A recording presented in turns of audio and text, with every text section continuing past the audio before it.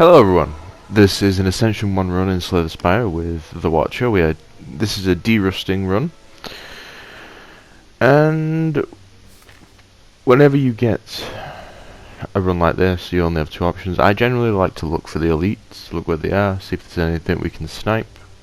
I think fortunately we do get one here, which I believe should be coming up. Wow, I need to stop moving that the map up and down so much. I think we end up just going this way. So we take Neo's Lament and we go this way. Cool. Nothing really about these first initial combats. I take the Bowling Bash.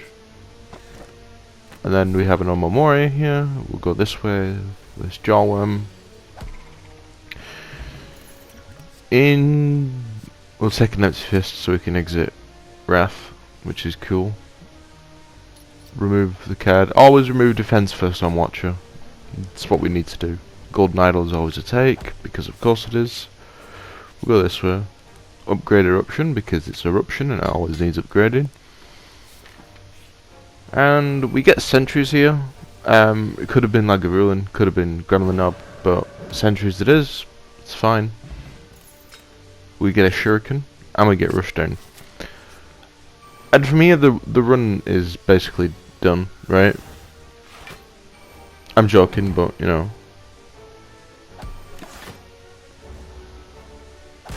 We do take some chip damage here and there, but that's okay.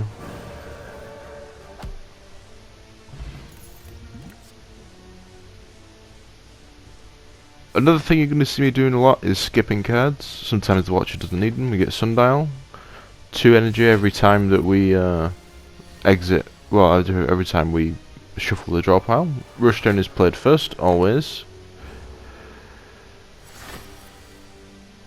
The priority now is to get Rushdown upgraded, which will be done soon.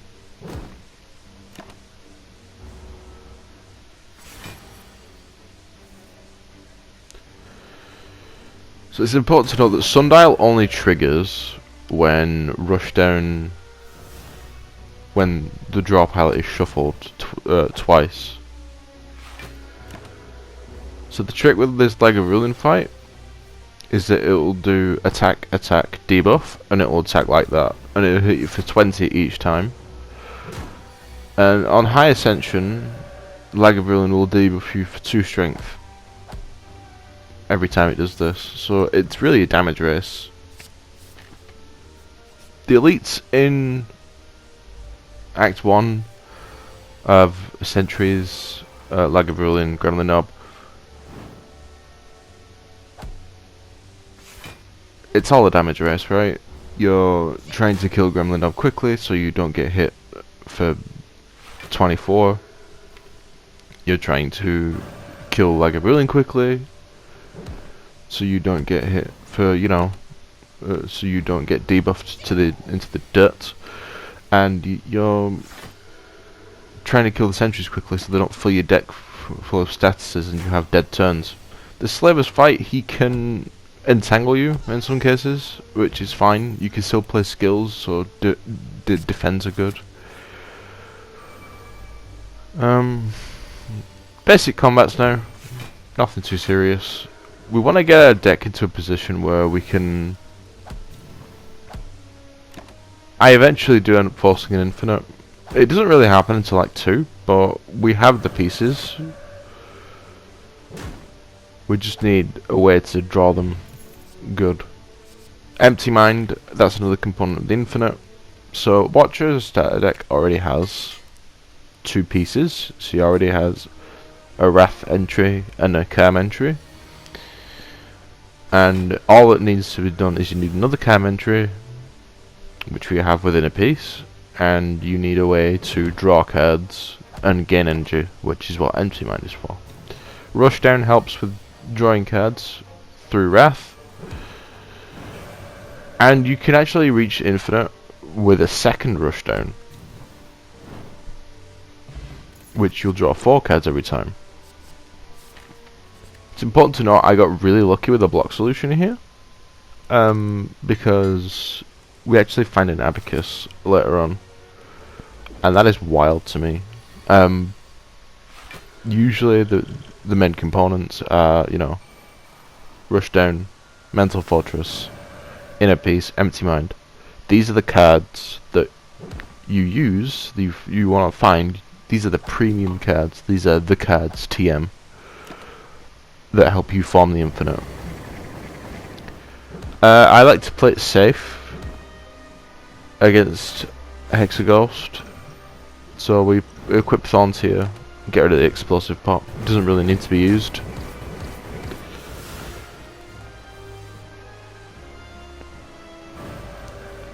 So rush down to draw the cards, and because we have Shuriken, this fight goes a lot faster. As you see there, every time we play 3 attacks, we're gaining 1 strength. And as long as we take our time with this, we shouldn't suffer too many troubles. Which is good, it's what you want, right?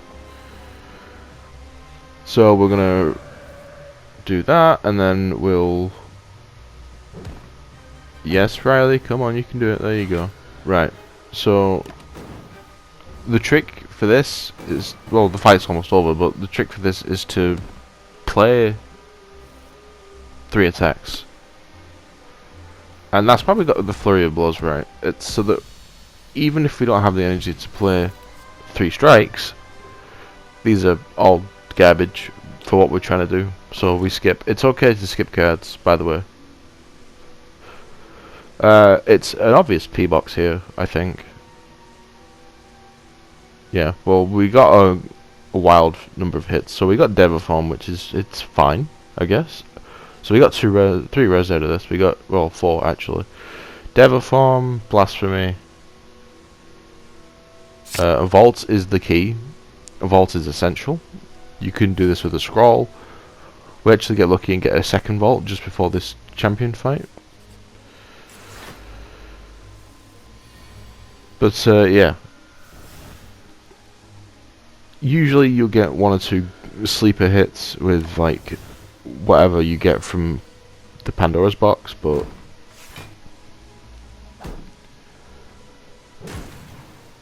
it's very rare that you get anything useful. Fortunately, we did get Devaform and, you know. So here, I actually decided I'm gonna use Blasphemy just to get rid of the guy.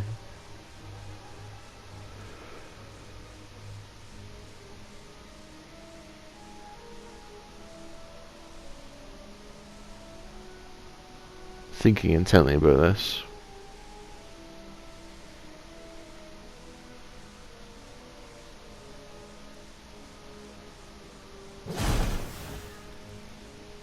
You may have already seen that I have other Slay the Spire videos. These are just not commentated runs. These are runs that I put together hastily.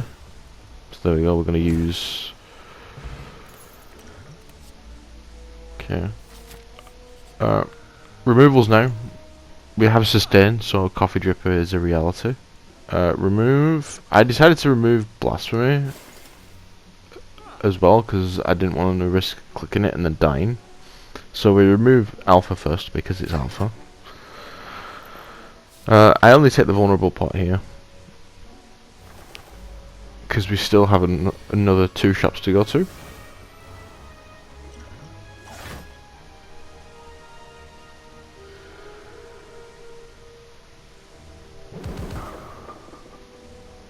That's good.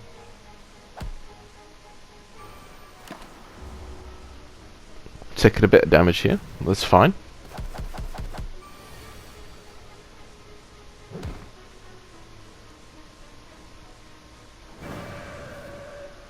Don't click the Blasphemy, it's fine. You notice I'm taking an awful long time to play attacks because I want to make sure that I do not click Blasphemy, because sometimes you can misclick and sometimes you can just die, and that's not good. I intend on doing runs of other characters.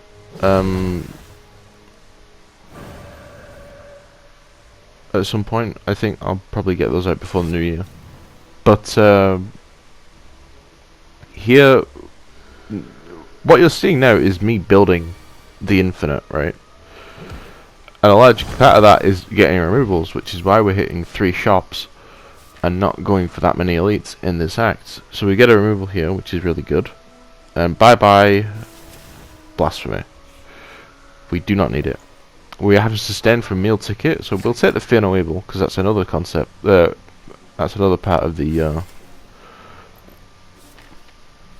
whole infinite strategy. We'll remove empty body because it's useless, and upgrade vault, so it costs 2 instead of 3.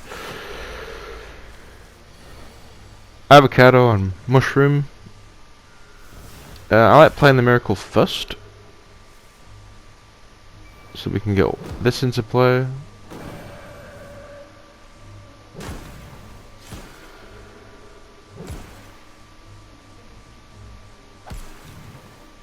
Decide to play a vault.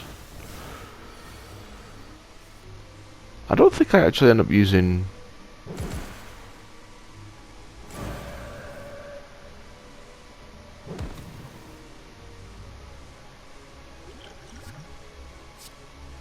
I decided to pop the attack potion though. We get a fruit juice and we get talk to the hand. Talk to the hand is what I call a temporary block solution, because you gain block for every time you damage the opponent when you play this. Mummified hand is huge.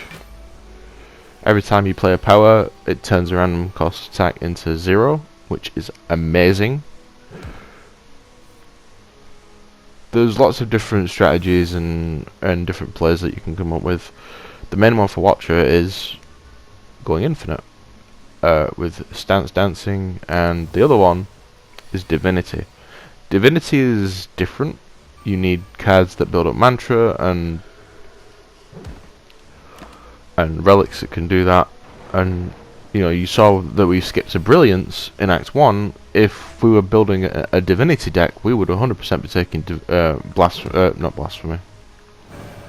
We would 100% be taking brilliance, because brilliance scales its damage based on mantra, which is pretty cool if you were building a mantra deck, but we're not, so we're not. Strike Guardian has this insane amount of block,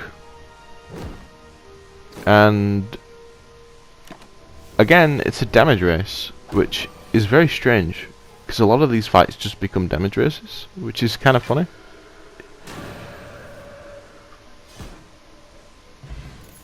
The good thing about there's the second rushdown, so yeah, we are infinite now. After a few removals, we will be infinite. Nothing here that we need, so we can just go ahead and remove. I take the Swift Potion as opposed to going for the removal, because just in case we get bodied by bad draw, we have an out for the Swift Potion.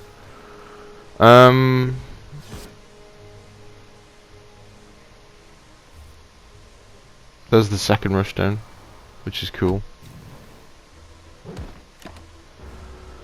Snecko is a bit of a nemesis of mine, for a number of reasons. One, he confuses your deck so you have random energy cost, and that's basically what Snecko Eye does, right? And that's good if you have a lot of high cost cards, but it's bad if you have 0 cost. It's just bad in general, right? The confused debuff is a debuff for a reason.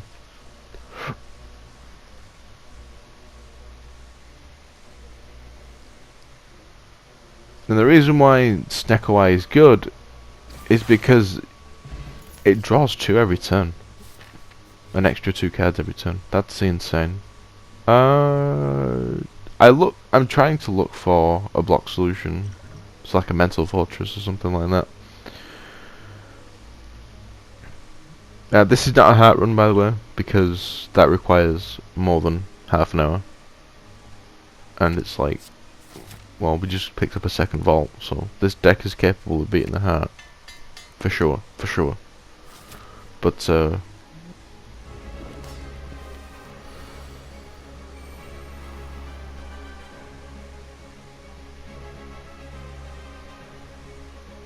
So this champion fight is a bit tricky if you're not the watcher, which is hilarious to me, but also wow. I popped the potion here. Gonna draw everything. Play that. And then we're gonna use Vault to get ourselves back into a position where we can draw more cards again.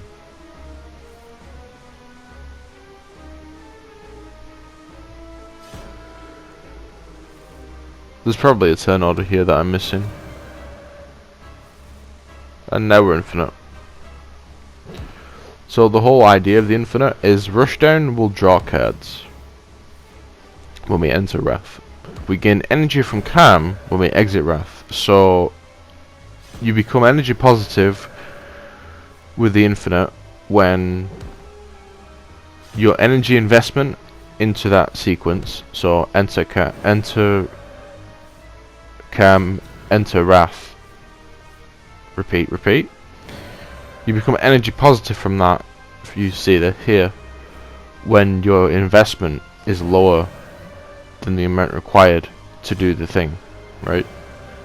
Doesn't make sense. Basically, you generate energy continuously with this cycle, and an extra copy of Rushdown and a Sundial accelerates that. Sundial is the type of relic I would call an acceleration relic, because there's certain decks that let you do that.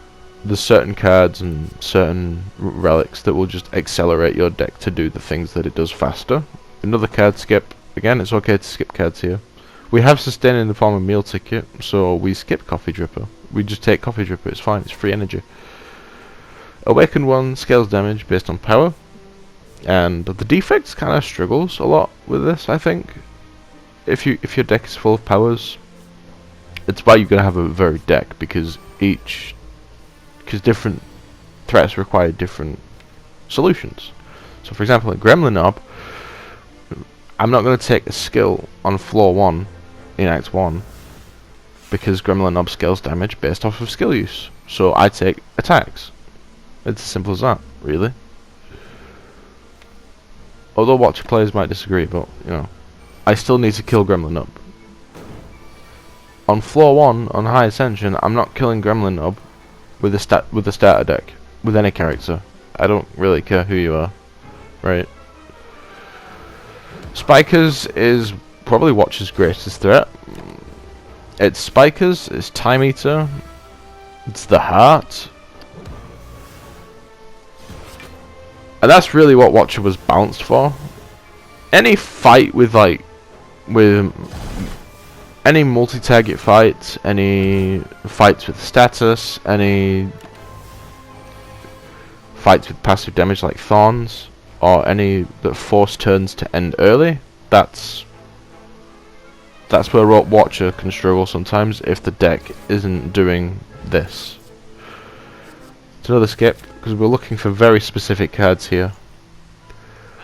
So we remove, again,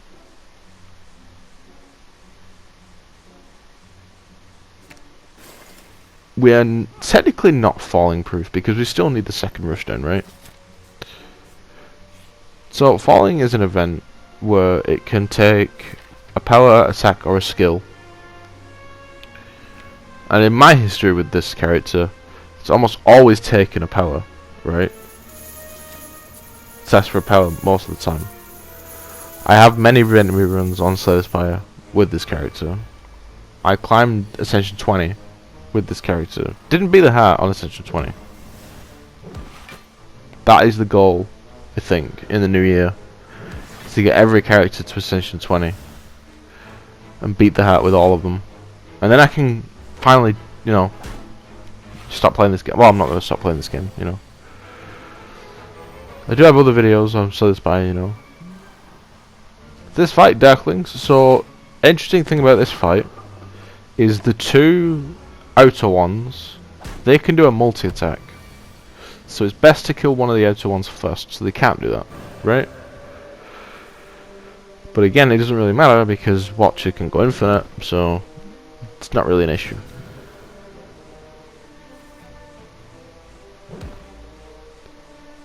And you'll find that with a lot of, oh, this fight is this way because these things do this. But the answer is always, hey, I'm playing as Watcher, it's fine. We get an energy pot here. Your potion chance sort of, oh, this fight actually requires concentration. So a Reptomancer summons these minions, these ads, every turn, every time she's got that question mark above her head. And she'll continuously summon them. And when she's got, I think, 5, she'll continuously attack. So the best way to deal with Reptomancer is to kill the ads, because then as long as she's down an ad from these first 2, she'll continuously summon them. Or she'll mostly do that anyway. It's very rare that she attacks when she's got less than 2 ads on the screen. These ads can also do a suicide attack, where they'll just kamikaze into you, and that's big damage, but they'll also die, so they'll trigger like things like Gremlin Horn and yeah, which is interesting, but you know, ultimately not focus. So we still don't have a block solution, which we find it later on, like right before we go to fight the Awakened one, which is really silly, but it's fine. Master Reality would have been a consideration for if we were like, if we had Dead Branch or something like that. Just any card that generates cards that gets upgraded by Master Reality. But again, it's not what we're looking for, so we skip it. And that's a lot of the time when you're playing as Watcher, you're just skipping cards, because they're not the cards that you need. Just burn the fire potion, it's fine. Oh, we're infinite now, by the way.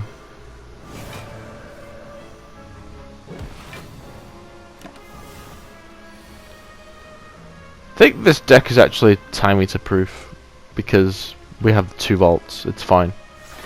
Although, Scroll would have been better as well. I like to think we would have found Scroll.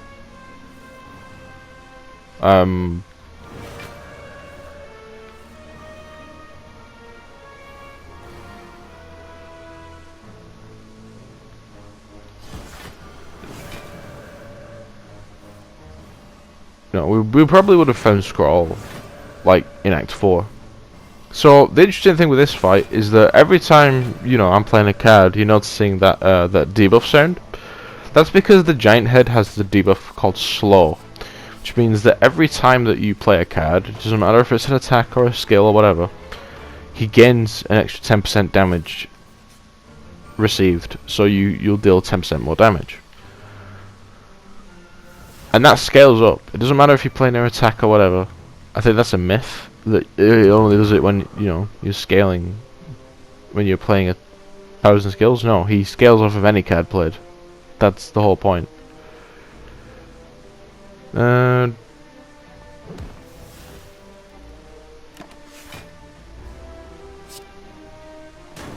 So these guys, they'll add statuses to your deck, which they have done. Small decks really suffer from this problem, where it's easy to add wounds, slimed, you know, daisies, burns, because it's a small deck. You're cycling through it very frequently, so you're going to see them more.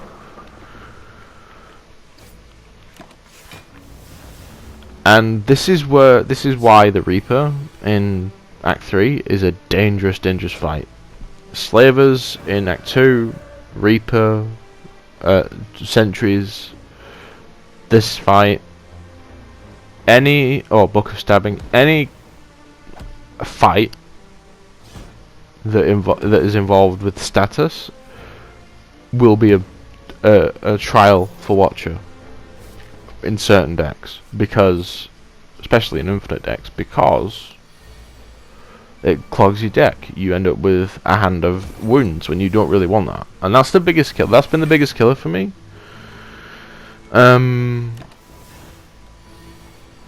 in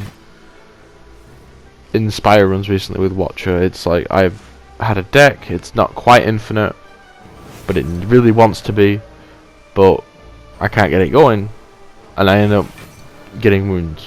And one of the things that I've noticed is that as I'm analysing my performances, is I'm not thinking through, right? I'm just going and going and going. I'm rushing it. And I think that's the biggest ender of Spire runs. You're just rushing through it, not really thinking. And that's I think that's one of the beginner mindsets. You just want to play attacks, right? But it's a lot more strategic, a lot more cerebral. You got to take your time, especially with a character like this, where mistakes, well, you know, accidentally leaving yourself in wrath after a turn. That's a big deal. You need to not do that. This fight it's pretty much over, right? I actually end up, you know,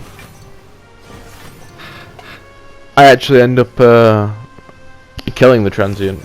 I didn't get the achievement pop because I think I've already got it. I'll have to see.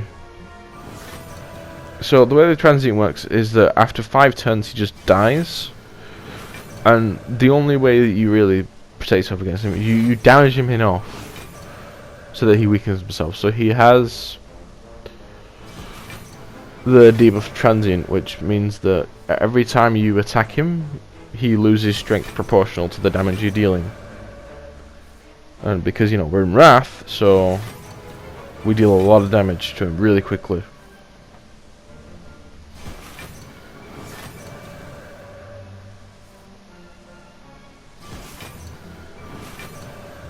And I think Watcher is probably the only character that actually outright can kill the transient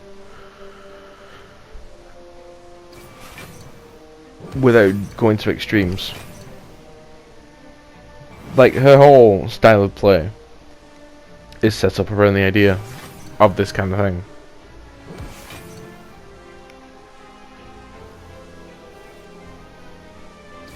Because it's built around the infinite, but it's not just infinite, right? Because there's different ways to play different characters, of course. So another shop, another meal ticket proc, and we can actually remove... I do take the dexterity, because it's free dexterity. I'm going to remove Sands of Time. I think I already removed... Oh, and I take Ads of War as well for no reason whatsoever. Did I take an old coin or not? Or did I get the MMY proc already? Oh, I did. I must have... well, I was so distracted that I didn't even realise that I took the MMY. Well, we had the MMY anyway, right? But I was so distracted that we completely skipped over Mind Bloom. So I guess we can talk about that, right? So Mind Bloom is an event in Spire where... Remove Bowling Bash, where you get 3 options. You fight a boss for Act 1, upgrade everything, but you can't heal, or you get 2 normality curses for 999 gold. If you have the Omamori, and you haven't had any curses yet, chances are you're probably going to get Mind Bloom. Take the gold. Otherwise, just fight the boss, right? So you're seeing here that every time I'm playing a power, he's gaining strength. That's basically what the Awakened one does, right? But it doesn't matter, because, again, we can go infinite. So I did pick up the Abacus as well. And had I actually gotten the keys necessary to fight the hat, this would have been our block solution, right? We also have Tungsten Rod, by the way. So yeah, we would 100% have been able to beat the hat with this deck. But for whatever reason, I just decided that, yeah, I don't really need to fight them. Because this is a derusting run, right? So, not really that serious. It's also not something that I'm going to be interested in terms of like, yeah, let's just go and fight the hat. No, not really. We don't have to. And that's the thing about this, you don't have to fight the hat, right? your run's not invalidated because you didn't kill the heart. You can just get to night 3, and that's fine. So the Awakened one has this debuff called Curiosity. So every time you play a power, he'll gain some strength. Now you can actually offset this when you go to trigger his second phase. If the last card you played was a Dark Shackles, which lowers his strength by 9 or 15, if you upgrade it, he'll actually start with less strength, which is huge for this fight. Particularly if you play a lot of powers like the Defect. But this fight is pretty much over now, because, you know, we're infinite. So if you like this video, please let me know in the comments below. Like the video, subscribe it, share it around if you want. If you found this informative, let me know.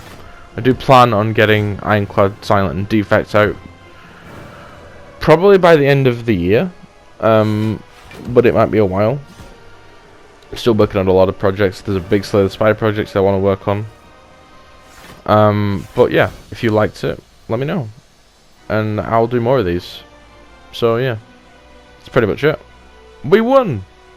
Congratulations! You now know how to go infinite with the Watcher.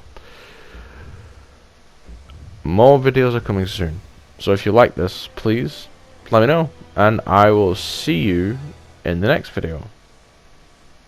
Bye.